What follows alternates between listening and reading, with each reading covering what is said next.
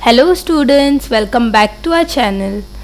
तो फिर आज का हमारा टॉपिक है लर्न इंग्लिश फ्रॉम हिंदी। तो आप लोगों ने जैसे कि हमारे पुराने वीडियोस तो देखे ही होंगे कि हमने एक ही टॉपिक लेके उसके अलग अलग सेंटेंसेस बनाकर इंग्लिश में उन्हें कैसे बोलना है ये सीखा था। तो आज का हमारा वही टॉपिक, वही वर्ड है क्लोथ्स। तो क्लोथ्स इस वर्ड से हम कौन से दूसरे अलग अलग सेंटेंसेस बना सकते हैं वो आज हम सीखेंगे। पहले हम हिंदी में देखेंगे, फिर उन्हें इंग्लिश में कैसे बोलते हैं ये आज हम सीखेंगे। फर्स्ट, यह कपड़े बहुत छोटे हैं। तो बहुत छोटे हैं इसे हम इंग्लिश में कहते हैं रियली स्मॉल या फिर वेरी स्मॉल। ठीक है, तो इसी सेंटेंस को अगर हमें इंग्लिश में कहना होगा तो हम कहेंगे this clothes are really small. This clothes are really small. तो फिर वो क्लोथ्स की जगह पर आप कोई भी वर्ड लगाकर ये सेंटेंस बना सकते हो। तो हम एग्जाम्पल में क्लोथ्स दे रहे हैं, ये याद रखना। नेक्स्ट, यह कपड़े बहुत बड़े हैं। बहुत बड़े हैं इसे हम इंग्लिश में कहते हैं रियली बिग या फिर वेरी बिग। तो फिर इस सेंटेंस को हम इंग्लिश में कहेंगे this clothes are really big. Next, यह कपड़े मुझे दो। मुझे दो उसे हम इंग्लिश में कहते हैं गिव मी, और कपड़े को तो हम इंग्लिश में कहते हैं क्लोथ्स। तो फिर मुझे दो को हम कहते हैं गिव मी। तो फिर ये सेंटेंस बन जाएगा give me the clothes. Next, यह कपड़े दान कर दो। तो यहाँ पर देखो दान, दान इस वर्ड को हम इंग्लिश में कहते हैं डोनेट। किसी को कुछ डोनेट करना जिसे हम हिंदी में दान कहते हैं। ठीक है, तो फिर इस सेंटेंस को हम इंग्लिश में कहेंगे डोनेट दिस क्लोथ्स। नेक्स्ट, यह कपड़े वहाँ रख दो। तो वहाँ रख दो ये मैंने आप लोगों को पिछले वीडियोस में भी सिखाया था। वहाँ रख दो इसे हम इंग्लिश में कहते हैं ओवर देयर, और रख दो इसे हम कहते हैं कीप। ओके, तो इस सेंटेंस का इंग्लिश में हो जाएगा keep this clothes over there.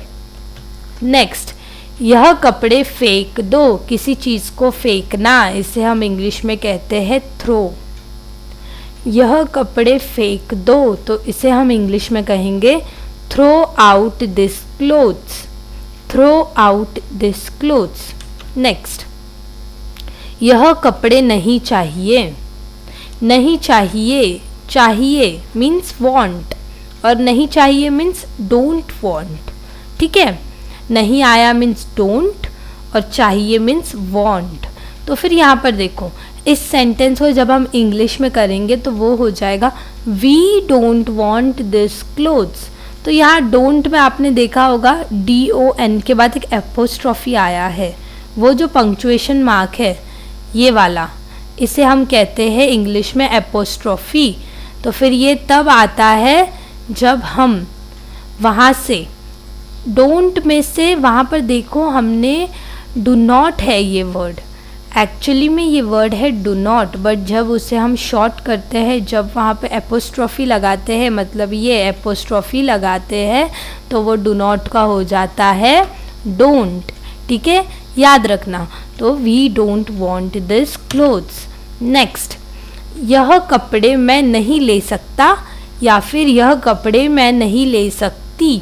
तो इसे हम इंग्लिश में कहेंगे I can not take this clothes. तो जैसे मैंने आपको डू नॉट में बताया NOT वहाँ पर नहीं लगाया था बट यहाँ पर लगाया है, तो इसे हम ऐसे भी कर सकते हैं I can't take this clothes. इसका मतलब CAN और यहाँ पर एपोस्ट्रॉफी आ जाएगा और यहाँ पर T।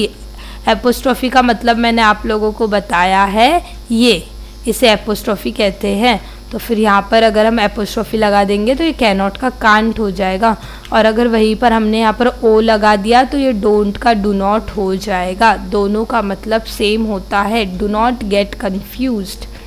नेक्स्ट, मैंने नए कपड़े खरीदे। खरीदना, कोई चीज़ खरीदना, और पास्ट टेंस में। अभी अगर हम प्रेजेंट टेंस में कोई चीज़ खरीद रहे हैं तो उसे बाय कहते हैं, BUY बाय। पर अगर ये पास्ट टेंस में मैंने नए कपड़े खरीदे तो वो हो जाएगा बॉट, BOUGHT, बॉट मतलब मैंने कुछ खरीदा। तो आई बॉट न्यू क्लोथ्स। तो होप आप लोग कुछ नए शब्द सीख रहे हो इंग्लिश में, ठीक है, इस चैनल के through. I bought new clothes मतलब मैंने नए कपड़े खरीदे। अब यहाँ पर देखो, पिताजी ने नए कपड़े लाए। अब पिताजी ने वो कपड़े खरीद के लाए हैं या फिर उनको किसी ने दिए हैं वो कपड़े लाए हैं, किसी ने गिफ्ट में पिताजी को दिए हैं वो कपड़े लाए हैं, तो हम नहीं जानते कि खरीद के लाए या कैसे लाए। तब हम कहेंगे फादर ब्रॉट न्यू क्लोथ्स। तो फिर क्योंकि वो खरीदे नहीं हैं तो फिर वो हो जाएगा ब्रॉट मतलब लाए। तो यहाँ पर है बॉट और यहाँ पर है ब्रॉट, तो इन दोनों में आपको फ़र्क समझना चाहिए। ब्रॉट मतलब खरीद के लाना, ब्रॉट मतलब सिर्फ लेकर आना। ओके, तो इसका आप लोगों को डिटेल्ड वीडियो हमारे चैनल पर मिल जाएगा। ऐसे बहुत सारे शब्द होते हैं जिनमें ऐसा ही कन्फ्यूजन होता है, जैसे यहाँ पर बॉट और ब्रॉट में है। इसका डिटेल्ड वीडियो आप लोग देख लीजिए तो आप लोग अच्छी तरह समझ जाओगे। नेक्स्ट, दर्जी ने कपड़े सिलाए। कपड़े सिलाए, सिलाए को इंग्लिश में कहते हैं सीव्ड, दर्जी को इंग्लिश में कहते हैं टेलर। तो फिर टेलर ने कपड़े सिलाए, इसे हम इंग्लिश में कैसे कहेंगे, Taylor sieved the clothes. Next, कपड़े रो दिए। तो फिर ये सेंटेंस पढ़ के आप लोग सोचोगे कि ये कैसा सेंटेंस हुआ, कपड़े कैसे रो देंगे। तो फिर मैं आप लोगों को ये बताना चाहती हूँ कि सब लोग ग्रामर अच्छी तरह पढ़ते नहीं है, फिर किसी भी सेंटेंस में कुछ भी लगा देते हैं, क्योंकि कपड़े तो रो नहीं सकते। तो फिर अगर आप लोगों को अच्छे से ग्रामर सीखना है तो हमारे चैनल पर जाइए, तो फिर नेक्स्ट टाइम आप लोगों से ये गलती नहीं होगी। ओके, तो कपड़े रो दिए इसे हम इंग्लिश में कहते हैं क्लोथ्स क्राइड, जो कि हो नहीं सकता, जो कि पॉसिबल नहीं है। अगर आप लोगों को अच्छी तरह सीखना है, ये ऐसी गलती आपको नहीं करनी है, तो हमारे चैनल पर जाकर हिंदी के सेंटेंसेस को इंग्लिश में कैसे करते हैं वो सीखिए।